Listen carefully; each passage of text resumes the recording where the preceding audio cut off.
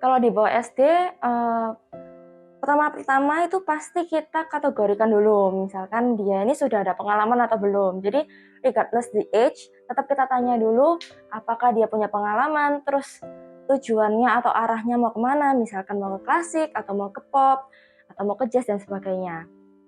Lalu baru dari situ kita tahap pengenalan. Kita lihat, oh anaknya ini tipenya misalkan yang aktif, atau yang lebih suka mengerjakan workbook atau bagaimana. Nah, misalkan di usia yang anak kecil, misalkan usia balita, usia SD gitu ya, dan mereka belum ada pengalaman, kita cenderung untuk memberikan materi di mana materi itu bersifat fun. Jadi antara kayak misalkan lagunya ada musiknya, aktivitasnya banyak nyanyi-nyanyinya, di mana di umur balita terutama balita itu seperti kayak telinga gitu-gitu kan, kayak hearingnya mereka tuh lebih cepat untuk menangkap nada. Untuk kekuatan otot itu sebenarnya kalau misalkan kita belajar dari kecil itu pasti lebih kuat untuk menekan, dan lebih cepat bisa juga untuk posisi tangannya tuh melengkung. Karena semakin dewasa pasti terbiasa untuk seperti ini tangannya kan, kayak flat. Jadi untuk orang dewasa, untuk tangannya melengkung pasti bisa, tapi memang effortnya perlu lebih. Makanya kalau orang dewasa yang les, itu pasti ada semacam effort, ada semacam kerinduan dari diri mereka sendiri untuk belajar piano. Jadi mereka itu pasti put extra effort untuk mencapai apa yang mereka mau. Sedangkan kalau anak kecil, mereka kan cenderung masih suka main-main, suka gitu kan, masih mencari-cari hobinya mereka apa, talentanya mereka apa. Nah, di situ bagi orang tua yang meleskan mereka musik, nah di situ orang tua bisa melihat, oh ternyata anakku ini punya bakat, lebih cepat menangkap nada, lebih cepat menangkap tempo, tangannya juga lebih lentur. Bagaimana juga dalam permainan musiknya, apakah dalam beberapa kali les sudah bisa memainkan satu buah lagu atau belum. Oke, jadi tergantung dari problem apa yang mereka hadapi. Semisal mereka mengatakan kepada gurunya bahwa mereka malas belajar, pasti kita open mind di hal tersebut. Misalkan, oh ya dulu Miss juga sempat malas belajar, tapi apakah yang didapatkan secara outcome-nya itu dengan kita malas belajar? Jadi anak itu dari kecil sudah diajari apa sebab dan akibat yang akan mereka terima, konsekuensinya apa jika mereka melakukan hal tersebut. Jadi mereka juga belajar untuk bertanggung jawab atas tindakan yang mereka ambil. Penting karena gini, kalau akademis itu kan memang kita wajib, karena kita kan sekolah, kita harus belajar secara akademis juga. Namun secara non akademis itu pentingnya kayak untuk meningkatkan hobi, tapi juga untuk melatih otak. Jadi otaknya ini bisa, otak kanan dan otak kiri itu bisa seimbang. Mereka bisa mengontrol otak dengan baik. Nah, itu juga dapat mensupport hal akademisnya mereka gitu. Murid yang sudah lancar membaca, lancar berbicara, dan kita bisa arahkan untuk lebih fokus. Nah, itu pasti bukunya berbeda, karena bukunya pasti akan lebih banyak teorinya dibanding kayak gambar-gambarnya. Tapi karena masih elementary, pasti juga bukunya tuh dalam bentuk yang fun, kayak ada coloringnya, ada stickeringnya, jadi anak itu nggak bakal bosan, malah kayak pingin ngerjain terus gitu. Itu dari segi teori ya, jadi piano itu nggak hanya tentang main musik, tapi juga harus belajar teorinya. Kenapa? Karena kita ini harus punya dasar yang kuat untuk bisa bermain musik dengan bagus. Kalau asal bermain saja tapi teori nggak kuat, nanti seiring berjalannya waktu semakin susah lagunya, anak mainnya hanya kayak sekedar, oh hafalan saya cuma bisa satu lagu ini gitu, tidak bisa bermain sendiri lagu berikutnya. Tapi kalau kita punya teori yang kuat, anak itu bisa baca sendiri, belajar sendiri, nemu lagu baru sendiri itu bisa main gitu. Oh, pasti harus belajar not dulu kan, belajar cara baca not dulu. Lalu di lagu itu nggak hanya not ya, tapi ada time value, ada key signature, ada clefs, Ada juga kayak music termnya, misalkan kayak allegro artinya apa? Artinya very fast dan sebagainya. Ada dinamikanya juga. Terus ada staccato, legato, slur. Bagaimana mereka tuh harus bisa memainkan itu dengan tepat. Jadi nggak hanya bermain, dan juga mereka harus bermain dengan jari yang benar. Misalkan harus do dengan jari pertama, re dengan jari kedua, dan sebagainya. Pasti dari awal, dari pertemuan pertama, saya pasti tanyakan dulu ke orang tua. Didiskusikan ekspektasi mereka apa, goalnya apa. Jadi setelah kita mengenal ekspektasi mereka, goal mereka, kita itu bisa memberi proposal, planning seperti ini yang akan saya berikan kepada murid gitu. Dan mereka, oke, setuju Miss. Nah, jadi baru saya jalankan planning studi tersebut. Jadi setiap nanti saya berikan report, pasti saya tanyakan lagi ke orang tua murid, apakah ada feedback berupa kritikan boleh, masukan juga boleh, saran juga boleh.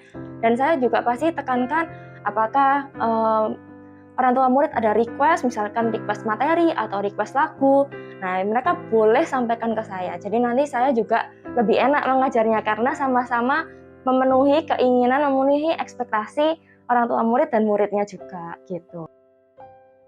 Oke, tantangannya lebih di awal-awal ya. Jadi waktu sebulan, 2 bulan pertama di mana mereka tuh masih pengenalan. Jadi ada tipe murid yang malu. Kalau malu kan kayak kita tanya apa diem aja gitu. Ada yang susah fokus, jadi kayak lebih sering lari-lari. Nah, untungnya murid-murid yang Jessica handle ini semakin kenal, semakin mereka itu mau nurut gitu. Jadi mereka semakin fokus, semakin bisa diajak bicara, semakin bisa dikasih arahan. Yuk harus duduk dulu, ayo kita kerja dulu, nanti baru kita having fun setelah selesai les gitu. Ya, jadi belajar jadi les di Proverb itu nggak hanya belajar tentang akademis atau non akademisnya, tapi juga belajar tentang attitude, behavior. Jadi kita itu juga mengingatkan anak. Contohnya, kita tuh harus pantang menyerah. Kenapa kita mengajarkan anak itu pantang menyerah? Waktu mereka bermain misalkan, terus mereka nggak bisa, terus nggak mau mengulang lagunya lagi. Nah, kita pasti support mereka, ayo pasti bisa. Nggak ada orang yang nggak bisa kalau mereka mau belajar. Kita terus ingatkan untuk praktis.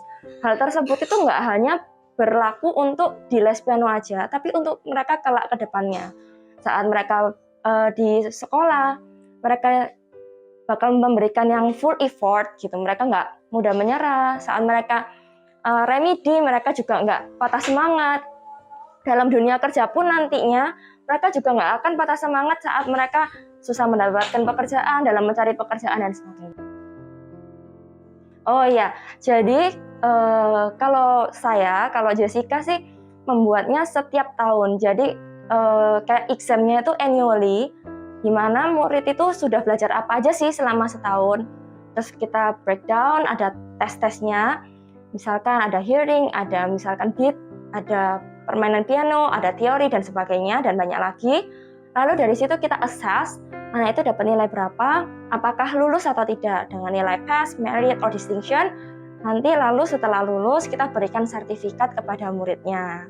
Pasti, karena anak itu suka achievement. Dia suka, misalkan ikut lomba suka dapat piala, ikut ujian suka dapat sertifikat. Jadi mereka tuh pasti termotivasi, wah aku finally bisa lulus, aku berarti punya kemampuan, aku berarti bisa gitu. Pasti. Jadi Jessica selalu ingatkan ke muridnya, practice at home, lalu juga sampaikan ke mamanya PR mana yang sekiranya belum bisa. Untuk beberapa orang tua murid memang jujur ada yang melakukan, ada yang tidak melakukan karena orang tuanya mungkin sibuk. Tapi ada beberapa orang tua murid yang memang memberikan tanggung jawab ke anaknya sendiri untuk latihan, misalkan latihan dengan mbaknya. Jadi mereka join sama Jessica itu dari kecil, dimana awalnya itu kan pasti dibuat yang fun. Jadi mereka itu kayak nggak kapok, nggak trauma, malah mereka itu kayak pengen ketemu lagi nih next week. Jadi mereka tuh excited dengan les piano tersebut. Nah, semakin besar mereka tuh semakin bisa kita kayak beri arahan. Jadi misalkan, oh kalau kamu ingin menjadi seperti ini, kamu harus belajar misalnya.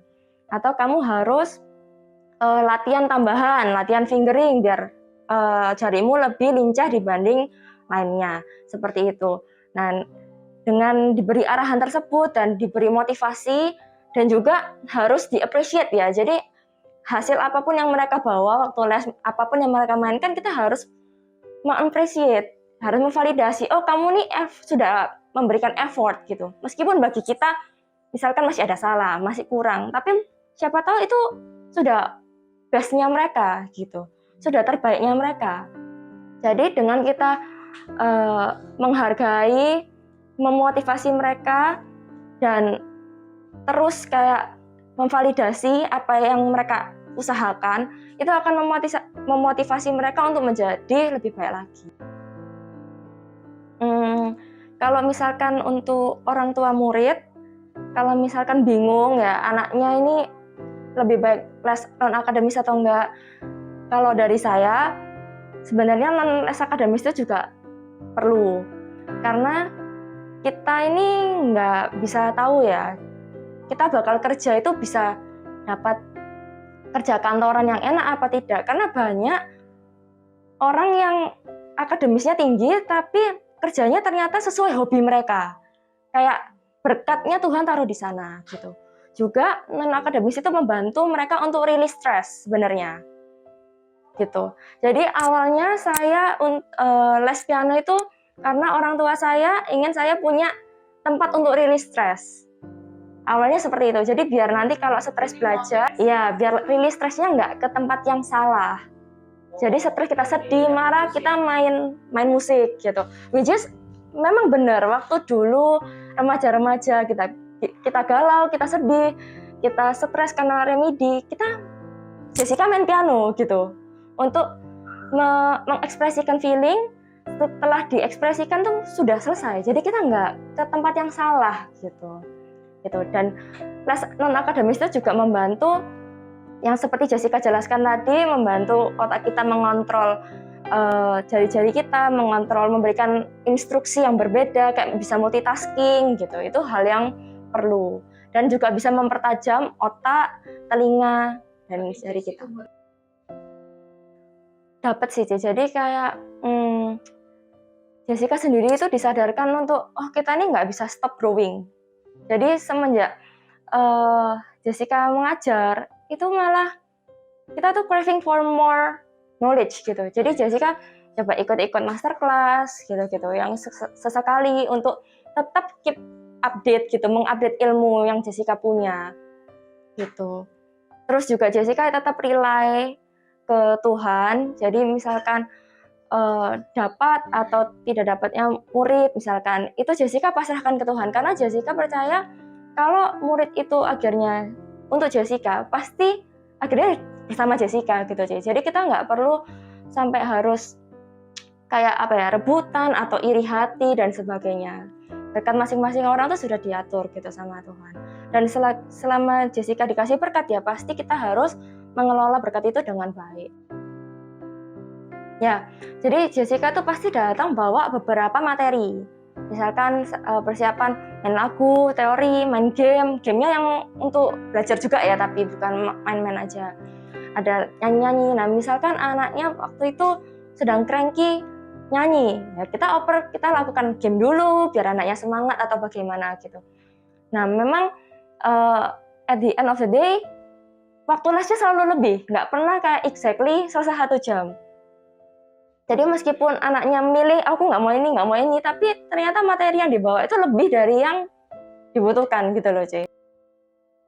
Jadi sebenarnya udah pengen jadi guru musik tuh dari lama kan. Tapi memang kuliahnya diarahkan ambil bisnis. Karena awalnya orang tua tuh kayak mengarahkan, nanti dari bisnis ini kan bisa bikin bisnis sekolah musik gitu loh, cuy. Nah, cuma kan selesai lulus, terus coba kerja kantor dulu, bantu orang tua dan sebagainya. Lalu Cik Erlin itu memberi murid. Nah, dari situ memberi murid, berarti saya anggap, ini berarti sudah waktunya Tuhan nih, tandanya Tuhan. Karena dari dulu saya merindukan untuk dapat murid, tiba-tiba Tuhan kirim, mungkin ini sudah pertanda waktunya memulai untuk kerja di bidang ini. Lalu saya coba jalani, kok saya merasa happy, bahagia, damai. Yes, ya merasa gitu. Jadi dibanding kerja kantor, lebih cocok kerja piano gitu. Semakin diteguhkan. Ya, semakin diteguhkan. Terus semakin semangat juga dalam mengajar kerja yang di bidang piano ini gitu. Makanya puji Tuhan sih, C. Sebenarnya Jessica juga nggak menyangka ya bisa secepat itu. Jessica sih percaya sama janji Tuhan gitu. Merasa kayak someday Tuhan tuh pasti bakal genapi dapat 20 murid dari Proverb gitu. Amin. Nah, tapi ternyata baru jalan beberapa bulan itu sudah jalan hampir separuh gitu, hampir mencapai separuh. Itu kayak Jessica sendiri kayak, wih kaget, Tuhan tuh hebat sih gitu. Masuk akal dah kalau kita pakai usaha kita sendiri gitu. Kalau kita hanya all out sendiri, nggak mengandalkan Tuhan tuh gak mungkin sih bisa dapat murid kayak gini. Dari mana gitu. Guru juga banyak gitu, ya kan. Tapi kenapa kok bisa murid ini tuh Tuhan tempatkan di Jessica, dan rata-rata muridnya Jessica tuh kalau Jessica tanya, anaknya senang, anaknya happy, cocok sama gurunya gitu. Ya itu puji Tuhan. Itu ada kepuasan tersendiri ya? Pasti C. Puasnya tuh soalnya karena mujizat Tuhan gitu loh C, lebih C. Ya. Merasa seperti itu. Iya. Merasa C. Bukan ya? Enggak. Jadi bersyukur setiap kali Jessica ngajar, karena ya ini berkat dari Tuhan gitu loh, C. Tidak boleh. Nggak bisa digantikan juga. Iya, nggak bisa disembarangan. Iya, nggak bisa. Makanya selalu kalau les itu selalu all out. Anaknya nggak bisa ya diajar sampai bisa gitu. Meskipun kadang harus overtime gitu. Iya. Iya, betul sih. Karena kalau misalkan sekali pertemuan lalu anaknya nggak dapat apa-apa, ya Jessica juga merasa bersalah ke orang tua. Kan maksudnya les buat apa kalau gitu? Ya kan buang-buang uang, buang-buang waktu. Nah, tapi memang ada beberapa murid yang mungkin dalam menangkap materi itu lebih lambat gitu. Jadi ada murid juga yang Jessica kasih proposal ke orang tuanya bagaimana kalau lesnya ditambah 1,5 jam, jadi lebih efektif. Karena kalau di bawah 1 jam, lalu anaknya belajar sendiri di rumah, bingung-bingung katanya. Maksudnya sekali pertemuan gitu kan, Jem. Selesainya ya sesuai selesainya anaknya. Overtime gitu. Iya, nggak dihitung Iya.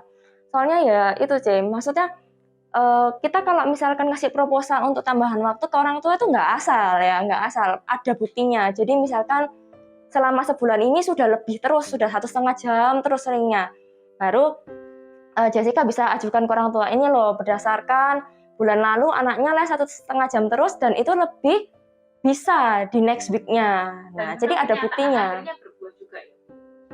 Iya, dibanding kalau dia tetap 1 jam ya, itu lebih kurang. Ada, dia lebih bisa main. Kalau dibanding yang dulu 1 jam terus, tiap minggu itu pertemuannya ngulang terus, nggak maju-maju materinya gitu. Jadi memang ada buktinya. Jadi kita nggak asal nawarin cuma karena kita mau biar lama aja gitu, nggak ada.